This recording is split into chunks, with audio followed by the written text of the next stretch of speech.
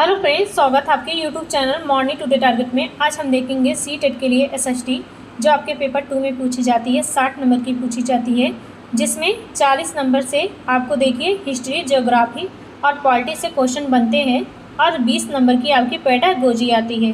तो सभी का आपको PYQ क्वेश्चन और देखिए प्लस सिलेबस के अनुसार सभी MCQ आपको कराने वाले हैं। तो चैनल को जो लोग अभी तक नहीं सब्सक्राइब किए होंगे वह सब्सक्राइब कर लेंगे, ताकि जितनी भी क्लासेस हो मेरी सभी क्लासेस आपको मिलती रहेगी। और देखिए साथ में आपको CDP भी करवा रहे हैं। CDP आपकी चाहे पेपर 1 हो चाहे पेपर 2 हो, 30 नंबर की पूछी जाती है। तो जितने भी PYQ क्वेश्चन अब तक CDP के पूछे गए हैं वह आपको प्रैक्टिस वाइज कराने वाले हैं। तो जितनी भी क्लासेस हो चुकी हैं CDP की मेरी, उसको जाके ज़रूर देख लीजिएगा। तो चलते हैं क्वेश्चन पे और लास्ट तक क्लास में ज़रूर बने रहिएगा। जितने भी क्वेश्चन है काफ़ी ज़्यादा इंपॉर्टेंट है, तो एक भी क्वेश्चन मिस मत करिएगा।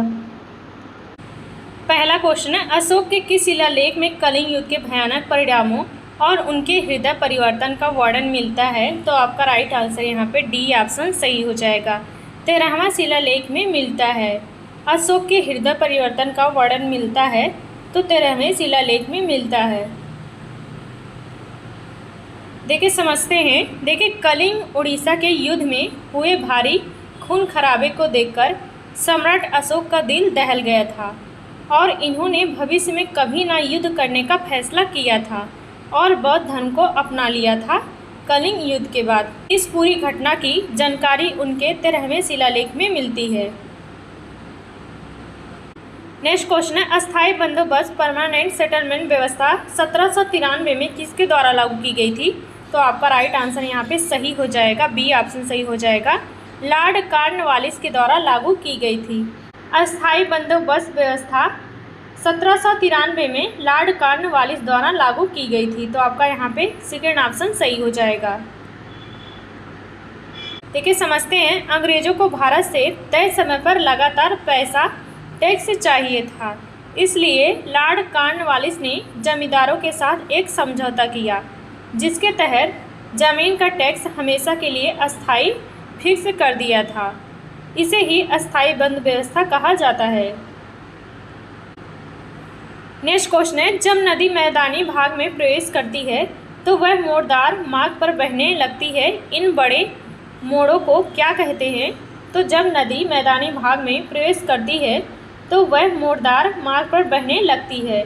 इन बड़े मोड़ों को क्या कहा जाता है? तो वह देखिए विसर्ग कहा जाता है। तो आपका राइट आंसर यहाँ पे सेकेंड ऑप्शन सही हो जाएगा। देखिए समझते हैं। देखिए पहाड़ों से उतरकर जब नदी समतल मैदान में आती है, तो पहाड़ों से उतरकर जब नदी समतल मैदान में आती है तो उसकी रफ्तार धीमी हो जाती है। वह सीधे बहने के बजाय सांप की तरह बल खाते हुए मुड़ते हुए बहती है। नदी के इस घुमावदार मोड़ को विसर्ग कहा जाता है। नेक्स्ट क्वेश्चन है, संसद के दोनों सदनों लोकसभा और राज्यसभा की संयुक्त बैठक जॉइंट सिटिंग की अध्यक्षता कौन करता है? तो संसद के दोनों सदनों लोकसभा और राज्यसभा की संयुक्त बैठक की अध्यक्षता कौन करता है? तो आपका राइट आंसर यहाँ पे सी ऑप्शन सही हो जाएगा। लोकसभा अध्यक्ष स्पीकर करते हैं। यहाँ पे इसका सी ऑप्शन सही हो जाएगा। देखिए जब किसी कानून बिल पर लोकसभा और राज्यसभा के बीच विवाद होता है तो राष्ट्रपति दोनों सदनों को एक साथ बुलाते हैं, लेकिन जब दोनों सदन एक साथ बैठते हैं तो उस मीटिंग को संभालने का काम, अध्यक्षता करने का काम लोकसभा अध्यक्ष करते हैं, ना कि उपराष्ट्रपति और राष्ट्रपति करते हैं। नेक्स्ट क्वेश्चन है, अशोक ने अपने साम्राज्य में जगह जगह धम्म महामात्र नाम के अधिकारियों को नियुक्त किया था। तो आपका देखिए पहला बिल्कुल सही हो जाएगा। अशोक ने अपने साम्राज्य में जगह जगह धम्म महामात्र नाम के अधिकारियों को नियुक्त किया था। तो आपका पहला बिल्कुल सही हो जाएगा। कारण है, अशोक अपने साम्राज्य में विभिन्न धर्मों के बीच चल रहे आपसी टकराव और पशु बलि को रोकना चाहते थे। तो आपका देखिए कथन भी सही हो जाएगा, कारण भी सही हो जाएगा। तो आपका राइट आंसर यहाँ पे पहला सही हो जाएगा। ए आर दोनों सही हो जाएगा। आर ए की व्याख्या करता है। तो आपका राइट आंसर यहाँ पे फर्स्ट आंसर सही हो जाएगा। देखिए समझते हैं। अशोक के साम्राज्य में अलग अलग धर्मों के लोग रहते थे, जिससे कभी कभी आपस में झगड़े होते थे। इन झगड़ों को सुलझाने और लोगों को अच्छी बातें सिखाने के लिए अशोक ने विशेष अधिकारी नियुक्त किए थे, जिन्हें धम्म महामात्र कहा गया है। नेक्स्ट क्वेश्चन है, भारतीय संविधान का कौन सा अनुच्छेद अस्पृश्यता छुआछूत का पूरी तरह से उन्मूलन अंत करता है?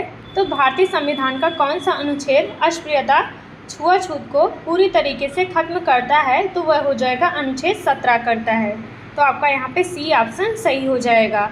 अनुच्छेद 17 छुआछूत को पूरी तरीके से खत्म करता है। देखिए समझते हैं, समाज में जाति के आधार पर होने वाले भेदभाव और छुआछूत को खत्म करने के लिए संविधान के अनुच्छेद 17 में इसे एक गंभीर और दंडनीय अपराध घोषित किया गया है। यह समानता के अधिकार को मजबूत करता है। नेक्स्ट क्वेश्चन है, सामाजिक विज्ञान की कक्षा में केस स्टडी विधि का उपयोग करने का मुख्य लाभ क्या होता है? तो सामाजिक विज्ञान की कक्षा में केस स्टडी विधि का उपयोग करने से मुख्य लाभ क्या होता है? तो आपका राइट आंसर यहाँ पे बी ऑप्शन सही हो जाएगा। यह छात्रों को किसी वास्तविक घटना या समस्या का गहराई से विश्लेषण करने के योग्य बनाती है। तो आपका राइट आंसर यहाँ पे बी ऑप्शन सही हो जाएगा। देखिए समझते हैं, केस स्टडी का मतलब होता है कि एक सच्ची घटना या कहानी को बच्चों के सामने रखना होता है और उस पर चर्चा करना होता है। इससे क्या होता है? इससे बच्चे किताब से बाहर निकलकर असल ज़िंदगी की समस्याओं को तार्किक रूप से सोचना और सुलझाना सीखते हैं, शुरू करते हैं। नेक्स्ट क्वेश्चन है, मानचित्र पढ़ाते समय रूट चिन्हों कन्वेंशनल सिंबल का उपयोग क्यों किया जाता है? तो मानचित्र पढ़ाते समय रूट चिन्हों का उपयोग क्यों किया जाता है? तो आपका राइट आंसर यहाँ पे कौन सा सही हो जाएगा? तो आपका यहाँ पे देखिए सेकेंड ऑप्शन सही हो जाएगा। इसके उपयोग से मानचित्र को पढ़ने और समझने में एक सार्वभौमिक यूनिवर्सल भाषा मिलती है, जिसे हर कोई समझ सकता है। तो आपका राइट आंसर यहाँ पे बी ऑप्शन सही हो जाएगा। देखिए समझते हैं, रूट चिन्ह वे संकेत होते हैं जो पूरी दुनिया में एक जैसे माने जाते हैं। जैसे रेलवे लाइन के लिए पटरी का चित्र या पानी के लिए नीला रंग। इससे क्या होता है? इससे क्या फ़ायदा होता है कि अगर आपको किसी देश की भाषा नहीं आती है तो आप भी चिन्हों को देखकर नक्शा आसानी से समझ सकते हैं। नेक्स्ट क्वेश्चन है, समताप मंडल स्ट्रेटोस्फीयर में हवाई जहाज़ उड़ाना सबसे सुरक्षित और आसान माना जाता है। तो आपका देखिए यहाँ पे पहला बिल्कुल सही हो जाएगा। समताप मंडल हवाई जहाज़ उड़ाने के लिए सबसे आदर्श परत मानी जाती है। तो आपका यहाँ पे कथन बिल्कुल सही हो जाएगा। कारण है, समताप मंडल वायुमंडल की सबसे निचली परत है जहाँ भारी मात्रा में जल, वाष्प और धूल कण पाए जाते हैं। तो आपका देखिए यहाँ पे दूसरा गलत हो जाएगा, कारण गलत हो जाएगा। देखिए समताप मंडल दूसरी परत होती है, यह निचली परत नहीं होती है सबसे। तो आपका राइट आंसर यहाँ पे सही हो जाएगा। ए सही हो जाएगा, आर गलत हो जाएगा। आपका यहाँ पे सी ऑप्शन सही हो जाएगा। ए सही हो जाएगा लेकिन आर गलत हो जाएगा। देखिए समझते हैं, समताप मंडल में बादल या आधी तूफान नहीं होते हैं, इसलिए वहाँ हवाई जहाज उड़ाना आसान होता है। यह बादलों संबंधी समस्याओं से मुक्त होती है समताप मंडल।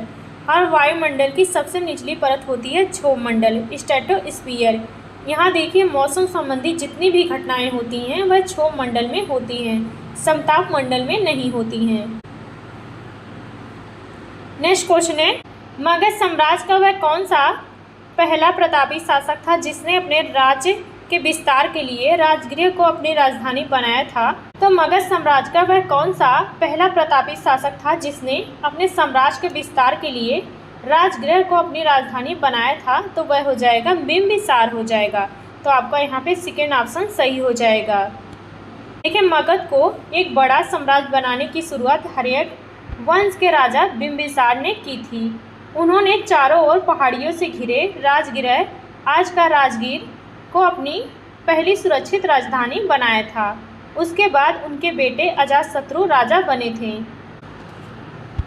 देखिए आज के सेशन में जितने भी क्वेश्चन लिए हैं काफ़ी ज़्यादा इम्पॉर्टेंट है, तो एक भी क्वेश्चन मिस मत करिएगा, लास्ट तक क्लास में बने रहिएगा। और देखिए जो लोग चैनल को अभी तक नहीं सब्सक्राइब किए होंगे वह सब्सक्राइब कर लेंगे, ताकि डेली मेरी आपको प्रॉपर तरीके से सभी क्लासेस मिलती रहेगी।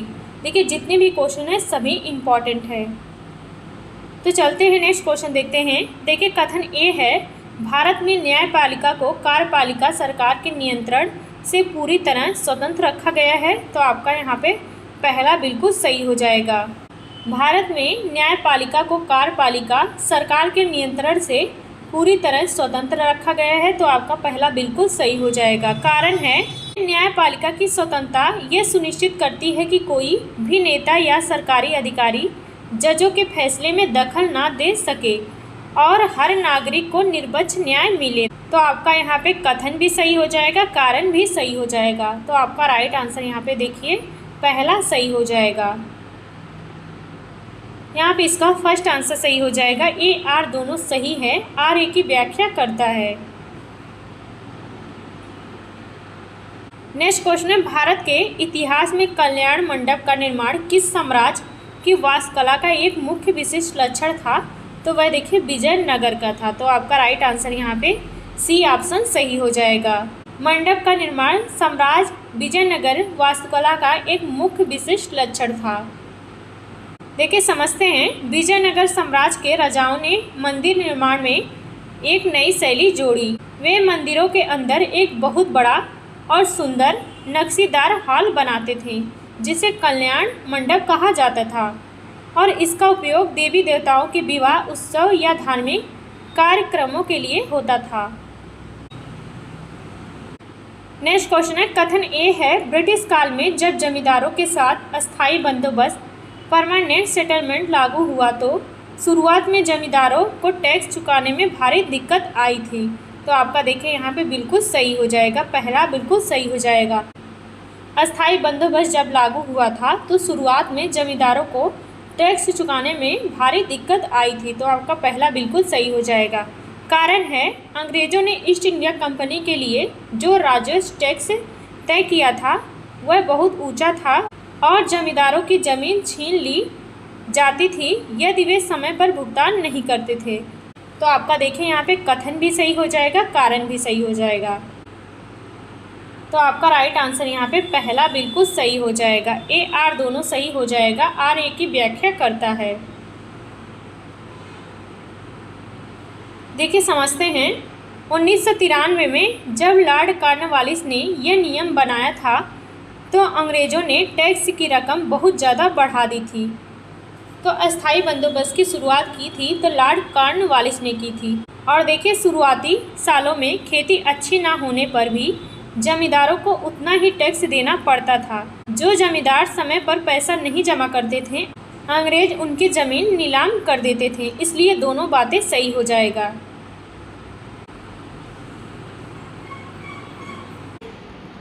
नेक्स्ट क्वेश्चन है, मध्यकाल में भारत आए विदेशी यात्री इन बतूता किस देश के निवासी थे?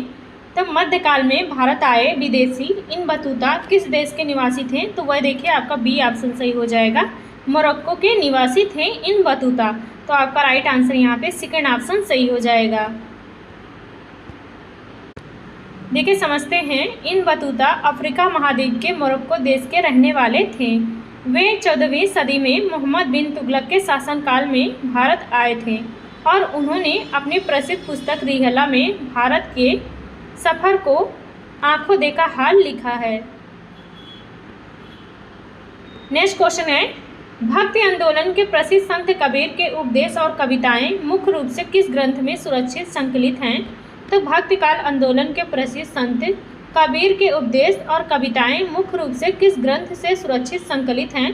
तो वह देखिए बीजक हो जाएगा। तो आपका राइट आंसर यहाँ पे बी ऑप्शन सही हो जाएगा।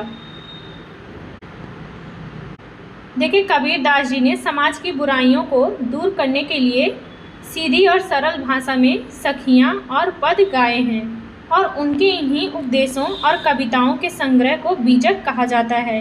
इसके 3 मुख्य भाग हैं, साखी, शबद और रामायणी हैं। देखिए आप लोगों की लाइक और शेयर की संख्या बहुत कम होती है, तो प्लीज़ आप लोग देखिए, जितने भी लोग देख रहे हैं एक बार सेशन को ज़रूर लाइक और शेयर कर देंगे।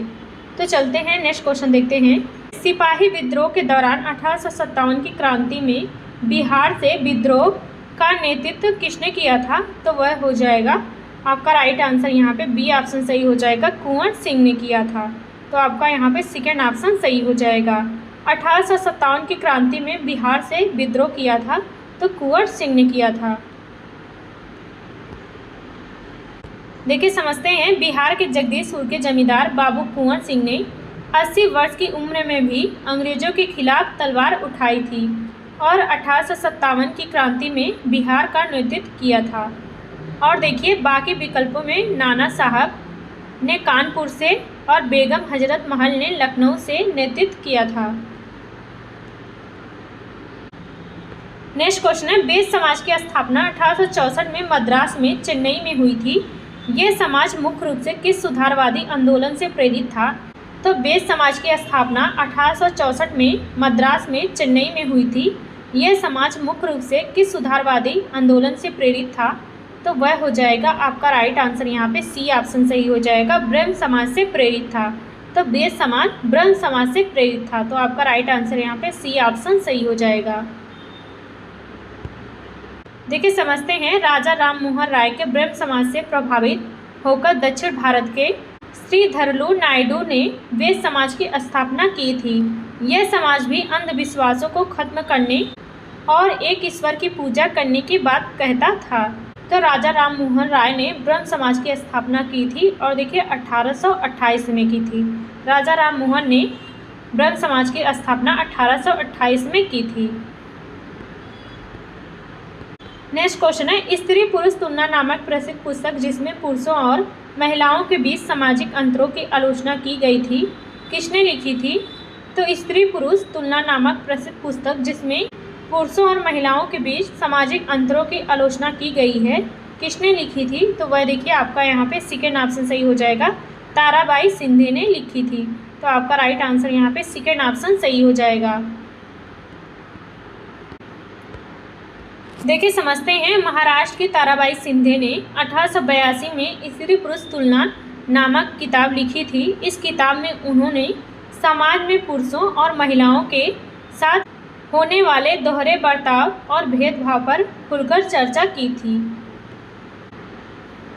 नेक्स्ट क्वेश्चन है, कथन ए है, जैसे जैसे हम भूमध्य रेखा इक्वेटर से ध्रुवों पोल्स की तरफ जाते हैं तापमान लगातार घटता है। तो आपका पहला बिल्कुल सही हो जाएगा। जैसे जैसे हम भूमध्य रेखा से ध्रुवों पोल्स की तरफ जाते हैं तापमान लगातार घटता है। तो आपका पहला बिल्कुल सही हो जाएगा। कारण है, सूर्य से आने वाली गर्मी आतपन की मात्रा भूमध्य रेखा पर सबसे अधिक होती है और ध्रुवों की ओर जाने पर यह कम हो जाती है। तो आपका देखिए यहाँ पे कथन भी सही हो जाएगा, कारण भी सही हो जाएगा। तो आपका राइट आंसर यहाँ पे पहला बिल्कुल सही हो जाएगा। ए आर दोनों सही है, आर ए की व्याख्या करता है। तो आपका फर्स्ट आंसर सही हो जाएगा।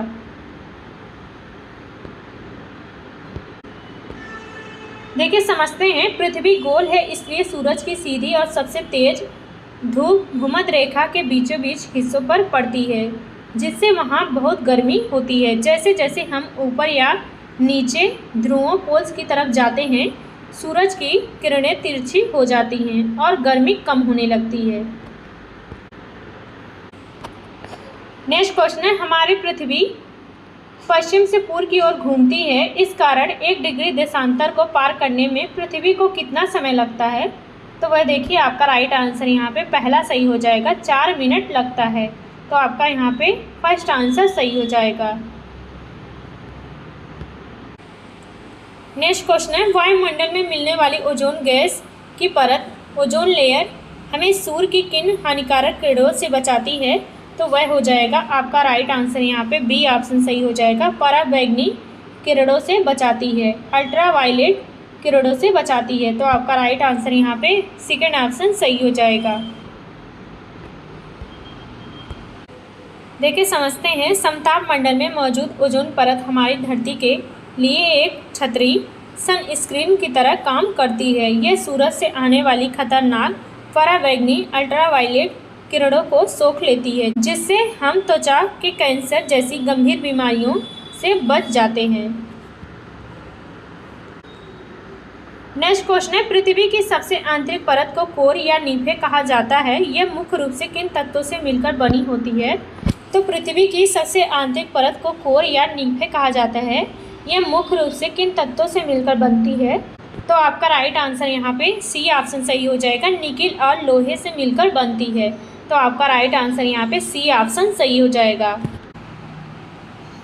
नेक्स्ट क्वेश्चन है, अभिकथन ए है, भारत के प्रत्येक नागरिक को चुनाव में केवल एक वोट देने का अधिकार है और हर वोट का मूल्य वैल्यू बराबर होता है। तो आपका देखिए यहाँ पे पहला बिल्कुल सही हो जाएगा। भारत के प्रत्येक नागरिक को एक वोट देने का अधिकार है और हर वोट का मूल्य बराबर होता है, समान होता है। कारण है, भारतीय संविधान सार्वभौमिक वयस्क मताधिकार के माध्यम से राजनीतिक समानता के सिद्धांत को स्थापित करता है। तो आपका देखिए यहाँ पे कारण भी सही हो जाएगा, कथन भी सही हो जाएगा। तो आपका राइट आंसर यहाँ पे पहला सही हो जाएगा। ए आर दोनों सही हो जाएगा और आर ए की व्याख्या करता है। तो आपका यहाँ पे फर्स्ट आंसर सही हो जाएगा। देखिए, भारत में चाहे कोई करोड़पति हो या बहुत गरीब मजदूर हो, चुनाव के दिन सबको एक ही वोट डालने का हक है और सबके वोट की कीमत एक समान होती है। देखिए कारण क्यों सही हो जाएगा, हमारा लोकतंत्र सबको राजनीतिक में बराबर का दर्जा देता है, जिससे वयस्क मताधिकार कहते हैं। कारण भी सही हो जाएगा, कथन भी सही हो जाएगा। नेक्स्ट क्वेश्चन है, विश्व का सबसे बड़ा नदी बेसिन, रिवर बेसिन, जहां दुनिया का सबसे ज़्यादा मात्रा में पानी बहता है, कौन सा हो जाएगा? तो आपका राइट आंसर यहाँ पे सी ऑप्शन सही हो जाएगा, अमेजन नदी बेसिन हो जाएगा। तो आपका यहाँ पे सी ऑप्शन सही हो जाएगा। देखिए, दुनिया की सबसे लंबी नदी भले ही नील नदी हो, लेकिन पानी की मात्रा और चौड़ाई के हिसाब से दक्षिण अमेरिका की अमेजन नदी दुनिया की सबसे बड़ी नदी होती है। इसका जंगल और नदी क्षेत्र सबसे बड़ा नदी बेसिन बनाता है। नेक्स्ट क्वेश्चन है, महासागरों की सतह पर चलने वाली निश्चित दिशा में जल की धाराओं को महासागरीय धाराएं कहते हैं। लैब्राडोर किस प्रकार की धारा है? तो लैब्राडोर किस प्रकार की धारा है? तो वह देखिए ठंडी जलधारा हो जाएगी। लैब्राडोर ठंडी जलधारा है। तो आपका यहाँ पे सेकेंड ऑप्शन सही हो जाएगा। देखिए, लैब्राडोर धारा ध्रुवों से ठंडे इलाकों से भूमध्य रेखा की तरफ बहती है, इसलिए ये एक ठंडी जलधारा होती है। इसके विपरीत देखिए, गल्फ स्ट्रीम धारा जो होती है वह गर्म जलधारा होती है। नेक्स्ट क्वेश्चन है, लद्दाख को खापा चांद भी कहा जाता है, जिसका स्थानीय भाषा में क्या अर्थ होता है? तो लद्दाख को खापा चांद भी कहा जाता है, इसका स्थानीय भाषा में क्या अर्थ होता है? तो वह देखिए बर्फ़ की भूमि होता है। तो आपका यहाँ पे सेकेंड ऑप्शन सही हो जाएगा। लद्दाख को खापा चांद कहा जाता है, जिसका स्थानीय भाषा में अर्थ होता है बर्फ़ की भूमि होता है। तो आपका यहाँ पे सेकेंड ऑप्शन सही हो जाएगा। देखिए, लद्दाख के बारे में समझते हैं। लद्दाख एक ठंडा और ऊंचा मरुस्थल है, जहाँ साल के अधिकांश समय में बर्फ़ जमी रहती है। वहाँ की स्थानीय भाषा में लद्दाख को खापा चांद कहते हैं, जिसका सीधा मतलब होता है बर्फ़ की भूमि होता है। नेक्स्ट क्वेश्चन है, वे संसाधन जिनकी मात्रा निश्चित होती है और एक बार समाप्त होने के बाद उन्हें दोबारा बनने में लाखों वर्ष लगते हैं, क्या कहलाते हैं? तो वे कौन से संसाधन होते हैं जिनकी मात्रा सीमित होती है और एक बार समाप्त होने में वह दोबारा बनने में लाखों समय लगते हैं? तो वह देखिए अनवीकरणीय संसाधन होते हैं। तो आपका यहाँ पे सेकेंड ऑप्शन सही हो जाएगा। अनवीकरणीय संसाधन समाप्त हो जाते हैं तो उन्हें दोबारा बनने में लाखों वर्ष लग जाते हैं। तो आपका राइट आंसर यहाँ पे सेकेंड ऑप्शन सही हो जाएगा। देखिए समझिएगा, कोयला, पेट्रोलियम और प्राकृतिक गैस जैसे ईंधन अनवीकरणीय संसाधन होते हैं। तो कोयला, पेट्रोलियम और प्राकृतिक गैस जैसे ईंधन अनवीकरणीय संसाधन होते हैं और देखिए धरती के अंदर इनका भंडार फिक्स सीमित होता है। अगर ये एक बार पूरी तरीके से खत्म हो जाते हैं तो इन्हें दोबारा बनने में करोड़ों साल लगेंगे, जिन्हें इंसान अपने जीवन में दोबारा नहीं देख पाएगा। नेक्स्ट क्वेश्चन है, भारतीय संविधान सभा का गठन कब किया गया था और इसके अस्थायी अध्यक्ष परमानेंट चेयरमैन कौन चुने गए थे? तो संविधान सभा का गठन कब किया गया था और इसके अस्थायी अध्यक्ष परमानेंट चेयरमैन कौन चुने गए थे? तो आपका राइट आंसर देखिए पहला सही हो जाएगा, डॉक्टर राजेंद्र प्रसाद थे। तो आपका फर्स्ट आंसर सही हो जाएगा। देखिए, भारत का संविधान बनने के लिए जो संविधान सभा बैठी थी उसके अस्थायी अध्यक्ष डॉक्टर राजेंद्र प्रसाद बनाए गए थे, जो बाद में भारत के पहले राष्ट्रपति बने थे। और देखिए, डॉक्टर अंबेडकर प्रारूप समिति के अध्यक्ष बने थे। नेक्स्ट क्वेश्चन है, हमारे संविधान के अनुसार भारत में न्यायपालिका को कार्यपालिका से पूरी तरह स्वतंत्र क्यों रखा गया है? क्या कारण है? तो आपका राइट आंसर यहाँ पे पहला सही हो जाएगा, ताकि नेता और सरकारी अधिकारी अदालत के जजों के काम और फैसले में कोई दबाव या दखल ना दें। तो आपका राइट आंसर यहाँ पे पहला बिल्कुल सही हो जाएगा। इसलिए न्यायपालिका को कार्यपालिका से पूरी तरीके से स्वतंत्र रखा गया है। देखिए, समझते हैं, अगर जज मंत्रियों या अधिकारियों के अधीन काम करेंगे तो वे कभी भी निष्पक्ष होकर जनता को न्याय नहीं दे पाएंगे। इसलिए भारतीय संविधान ने न्यायपालिका को स्वतंत्र रखा है, ताकि कोर्ट बिना किसी डर या राजनीतिक दबाव में सही फैसला सुना सके। नेक्स्ट क्वेश्चन है, भारतीय संसद के लोकसभा सदन का कार्यकाल सामान्यतः कितने वर्षों का होता है और इसके चुनाव कितने समय बाद होते हैं? तो भारतीय संसद के लोकसभा सदन का कार्यकाल सामान्यतः कितने वर्षों का होता है और इसका चुनाव कितने वर्ष बाद होता है?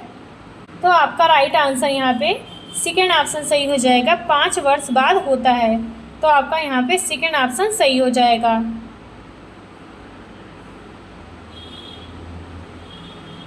देखिए, समझते हैं, लोकसभा को निचला सदन या जनता का सदन कहा जाता है। इसके संसदों का चुनाव देश की जनता हर 5 साल में करती है। देखिए, 5 साल पूरे होने पर यह सदन भंग हो जाता है और नई सरकार चुनी जाती है। और राज्यसभा का कार्यकाल होता है, तो राज्यसभा का कार्यकाल होता है 6 वर्ष का होता है और यह कभी भी भंग नहीं होती है। नेक्स्ट क्वेश्चन है, सामाजिक विज्ञान शिक्षण में क्षेत्र भ्रमण, फील्ड ट्रिप, शैक्षणिक भ्रमण को एक महत्वपूर्ण विधि क्यों माना जाता है? तो सामाजिक विज्ञान शिक्षण में क्षेत्र भ्रमण, शैक्षणिक भ्रमण को एक महत्वपूर्ण विधि क्यों माना जाता है? तो आपका राइट आंसर यहाँ पे सेकेंड ऑप्शन सही हो जाएगा, क्योंकि यह छात्रों को वस्तुओं और सामाजिक स्थानों का प्रत्यक्ष डायरेक्ट अनुभव और व्यवहारिक ज्ञान प्रदान करती है। तो आपका यहाँ पे सेकेंड ऑप्शन सही हो जाएगा, इसलिए इसे महत्वपूर्ण विधि माना गया है क्षेत्र भ्रमण को। देखिए, समझते हैं, जब बच्चे किताब या संसद किले के बारे में पढ़ने के बजाय खुद किसी ऐतिहासिक इमारत या पंचायत भवन का क्षेत्र भ्रमण फील्ड ट्रिप करते हैं तो वे चीज़ों को सीधे देखकर ज़्यादा बेहतर और अस्थायी रूप से सीख पाते हैं। नेक्स्ट क्वेश्चन है, राष्ट्रीय परीक्षा रूपरेखा NCF 2005 के अनुसार सामाजिक विज्ञान की पाठ्य पुस्तकों को कैसा होना चाहिए? सामाजिक विज्ञान की पाठ्य पुस्तकों का स्वरूप कैसा होना चाहिए? तो आपका राइट आंसर यहाँ पे सेकेंड ऑप्शन सही हो जाएगा। ऐसी होनी चाहिए जो बच्चों को खुद चिंतन करने, सवाल पूछने और गतिविधियों के अवसर प्रदान करे। तो आपका यहाँ पे सेकेंड ऑप्शन सही हो जाएगा।